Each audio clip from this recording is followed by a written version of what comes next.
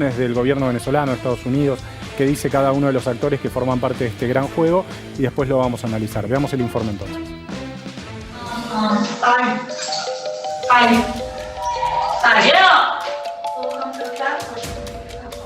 Todos hablan de Alex Saab.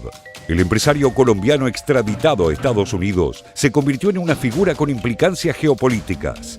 Su traslado a Florida, luego de 16 meses de detención en Cabo Verde, África, hizo que Nicolás Maduro frenara la mesa de negociaciones de México entre Caracas y la oposición. Desde el principio, hemos advertido que este proceso es complejo y que requiere un alto compromiso de las partes para lograr avances. Exhortamos a la contraparte a reanudar cuanto antes las sesiones en México para producir los acuerdos necesarios. Estados Unidos lo acusa de lavado de dinero y desde 2018 está prófugo de la justicia de su país, Colombia. La oposición venezolana, por su parte, lo señala como el testaferro del presidente venezolano. El empresario colombiano de origen libanés transita desde hace muchos años la política de Miraflores. Ha participado de importantes programas sociales de los gobiernos chavistas. Se lo imputa como miembro de una presunta trama de corrupción dentro del plan de subsidios alimentarios, conocido por su sigla CLAP.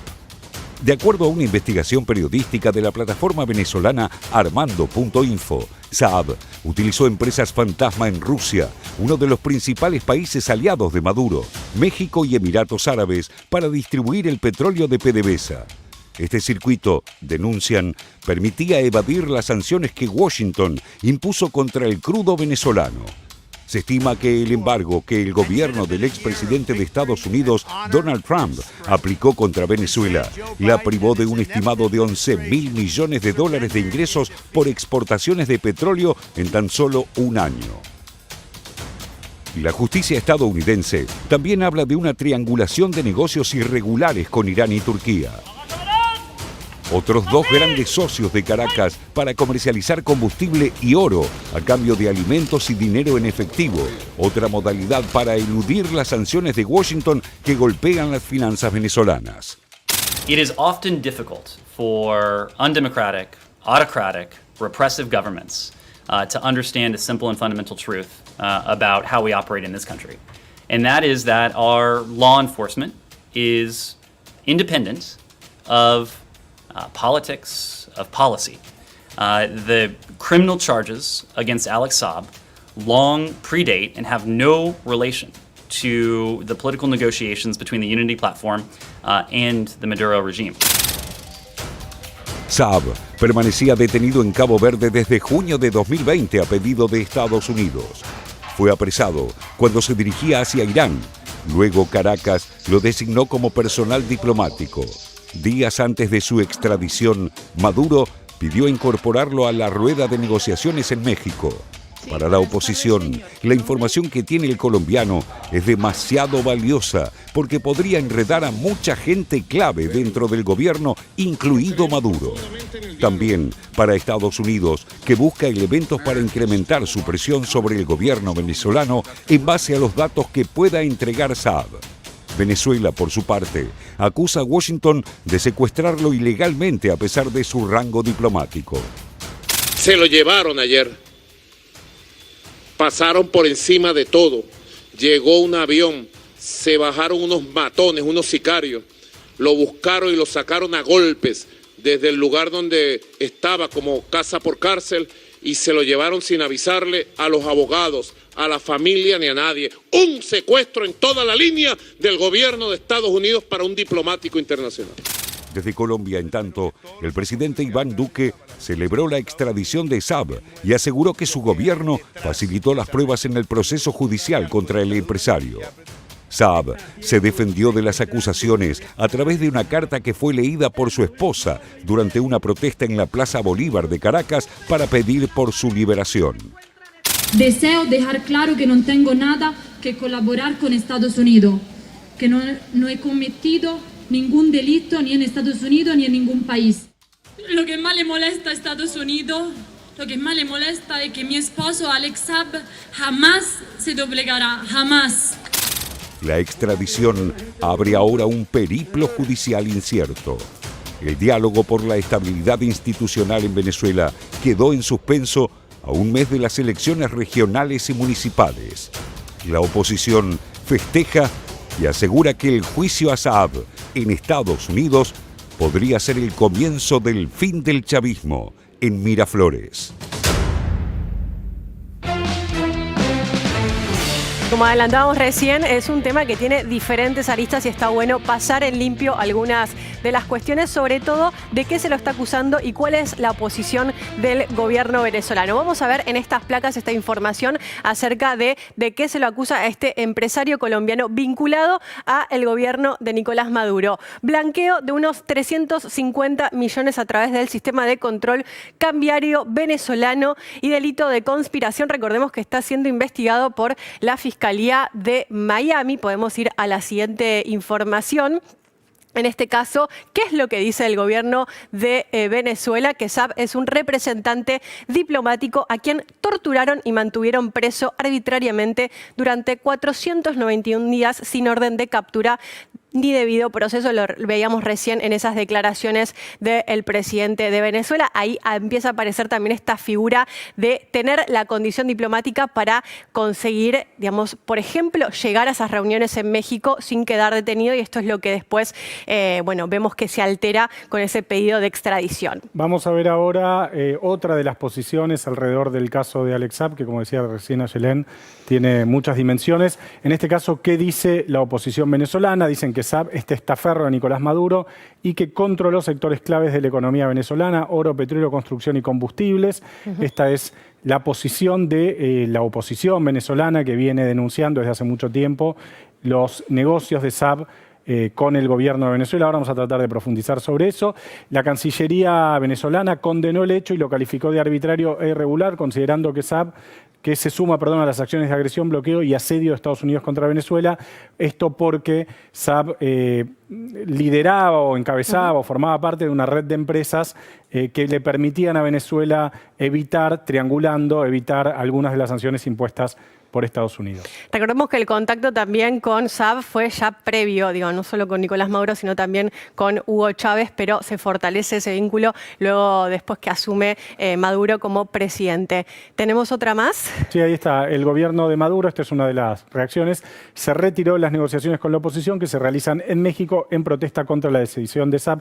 La detención de Saab, este es desde mi punto de vista el efecto político más complicado sobre la realidad venezolana de la detención de Saab y la extradición a Estados Unidos, que es que el diálogo en México, si bien venía bastante entrecortado y con algunas dificultades, venía avanzando, se habían puesto de acuerdo en torno a las reglas de la negociación, se habían acordado las formas en las que se iba a conversar, porque hay una negociación acerca de cómo se negocia, ¿no? Sí. Como una especie de convención constituyente, ¿no? Primero se establecen las reglas y después se hacen la Constitución. En este caso era parecido. Se acordaron una serie de reglas acerca de cómo se negociaron, una serie de reglas se acordaron acerca de cómo negociar, y esto se vio interrumpido por la detención de Saab y su extradición a Estados Unidos. Un personaje, Alex Saab, que tiene muchos misterios en torno a él, fundamentalmente por la tarea que tenía. En realidad, quienes en Venezuela sabían de la existencia de Saab y el rol que cumplía, le asignan el rol de haber armado la ruta del dinero, la red de pago justamente para el intercambio comercial de Venezuela por afuera del embargo de Estados Unidos, por afuera del bloqueo. O sea, operaciones que obviamente se hacían en negro, por eso la relación con Irán, con Rusia, para lograr abastecer a Venezuela de alimentos y otros insumos que tenía bloqueado a través de Estados Unidos, y la venta a cambio fundamentalmente de petróleo. Claramente, dentro de esa ruta de dinero quizá pasarían otras cosas también que no conocemos, pero es la excusa que toma Estados Unidos para disponer primero la persecución de Alex Saab y finalmente la detención bajo los cargos de lavado de dinero. No es que de repente a Estados Unidos le preocupa el lavado de dinero y encontró el primer responsable. En eso coincido con vos, Rulo. Hay un montón de funcionarios y políticos y dirigentes y personas de América Latina que lavan dinero y no todos son extraditados a Estados Unidos. De hecho, las acusaciones contra funcionarios venezolanos por estos temas o por el tema de narcotráfico, eso siempre es curioso. En Venezuela, que hay un problema obviamente de narcotráfico de drogas, pero que no tiene la magnitud del que hackea, por ejemplo, a Colombia y en México, suele haber acusaciones permanentes de Estados Unidos contra funcionarios venezolanos y no tanto contra funcionarios mexicanos o colombianos, porque son aliados de Estados Unidos y antes de lanzar una acusación de este tipo se negocia y demás. Entonces, en este caso es acusado de lavado de dinero, en mi consideración, por lo que vos estás diciendo, porque fue el ingeniero de esta red que le permitió a Venezuela, en un momento de mucha asfixia financiera, saltearse los controles y el bloqueo de Estados Unidos y poder vender el petróleo, hacerse de alimentos y demás. Que en el medio se haya quedado Saab con una tajada, cosa que parece bastante probable. O aeropedo para terceros para hacerlo. También. Pero lo interesante me parece para señalar acá es que el tema, el rol que cumplía con respecto a romper el bloqueo y por qué, ahí eso es lo que explica, por un lado, por qué tanta importancia le da a Estados Unidos en lograr dar con este personaje y detenerlo y llevarlo a Estados Unidos bajo prisión. Y también se entiende la preocupación del gobierno de Nicolás Maduro, porque pierde una de sus piezas claves en esto de combatir contra el bloqueo. Que me parece que el bloqueo está en el centro de todo este debate, de esta discusión, y cuando se entusiasman los opositores a Maduro, los opositores al chavismo, a decir, bueno, acá se puede estar cayendo la pieza clave del chavismo, el final definitivo, están pensando justamente en esto. Si con esto posibilita que el bloqueo sea de alguna forma exitoso, lo que hasta ahora evidentemente no lo logró más que hacerle pagar mayores penurias a los venezolanos que siguen recibiendo golpes de todos lados, ¿no? Y por otra parte me decían algunos comentarios de Venezuela, a la población venezolana le importa poco lo de Alex Saab y demás, digamos, están mirando para otro tipo de problemas o de urgencias, ¿no? Sí, yo comparto lo que dicen. Ahora, también, por ejemplo, pondría el caso que rompe con todo eso, que es el de otro caso de Latinoamérica, el de Arturo Murillo, que fue condenado también en la Fiscalía Federal de Miami por temas de lavado de dinero, justamente vinculado a la compra de gases lacrimógenos para la época del golpe de Estado en Bolivia. Quiero decir, también, digo, hay casos, son los menos, pero que de alguna manera también son investigados en Estados Unidos y que no necesariamente tienen una afinidad. Estuvo detenido por pedido de Estados Unidos, el ex jefe de las Fuerzas Armadas Mexicanas estuvo detenido por pedido de Estados Unidos. Claro. Ahí hay un punto, que es lo que decía recién el vocero, no me acuerdo si era del Departamento de Estado de la Casa Blanca, que decía, en Estados Unidos la justicia es independiente, investiga delitos, en este caso lavado de dinero, pide la extradición, etcétera. Bueno, lo cual no quiere decir que, por supuesto, que puede haber, o que el Poder Ejecutivo, que el Departamento de Estado no puede incidir, o que los servicios de inteligencia no pueden incidir en la justicia, pero es cierto, en general es un punto ahí, que es cuál es el nivel de autonomía de la justicia de algunos estados, además en Estados Unidos la justicia está federalizada, entonces eso el Estado de Nueva York o el Estado de Miami, a la hora de pedir esto, y cuál es la permeabilidad al juego político, ¿no? Sí, y otra pregunta también incómoda que hago es el tema de por qué lo sumaron a la delegación de México, que para mí también es como ahí, un tema interesante. La delegación venezolana que negocia en México, ¿no? Claro, bueno, sabíamos que estaba con un pedido de la Interpol, también lo suman al equipo negociador, cuando de hecho está ahí Jorge Rodríguez, jefe de la delegación venezolana, que lo definió como una agresión inaceptable, pero de alguna manera también era probar hasta dónde podía, no tocar esta figura que generaba esta tensión política, ¿no? Es probable que haya temor en el gobierno de Maduro de que si Alex Saab es detenido en Estados Unidos y se le tiene el riesgo de ser condenado a una pena muy alta de prisión, haya algún tipo de negociación y de colaboración con la justicia de Estados Unidos para contar cosas, digamos, ¿no? Ahora, eso es lo que claramente está detrás de esto, digamos. Lo de México es una maniobra cobertura del personaje, sin ninguna duda, pero así como, digamos, con del rango diplomático, a nadie conocemos miles de casos de que agentes de la CIA viajan con rango diplomático. No viajan como agentes de la CIA.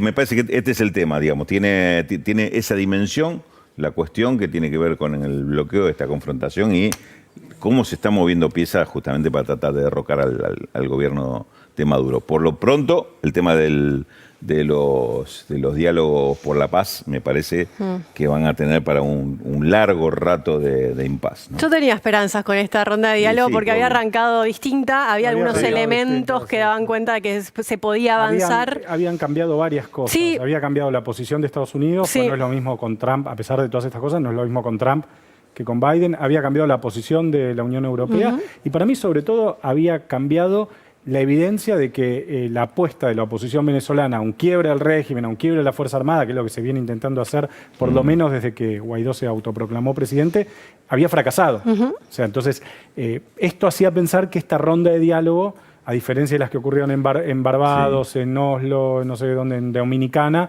podía funcionar, ¿no? Sí. Podía por lo menos avanzar. Y yo te agrego un punto más. Para mí también había cambiado la posición del gobierno de Venezuela. También. Porque Sí. porque también ahí, me parece, en el gobierno cierta conciencia de que necesitan una salida que por otra vía no se está logrando después de tantos años, ¿no? Sí. Como siempre lo que ocurre, lo que ocurre en Venezuela se enreda. Sí. Todo en Venezuela se enreda. Algo que aparece que va por un lugar se empieza a enredar y se complica, ¿no? Sí, vamos a ver qué camino toma todo esto en las próximas semanas. Pero ahora vamos a pasar a lo que nos dejaron las redes sociales esta semana. En el primer tuit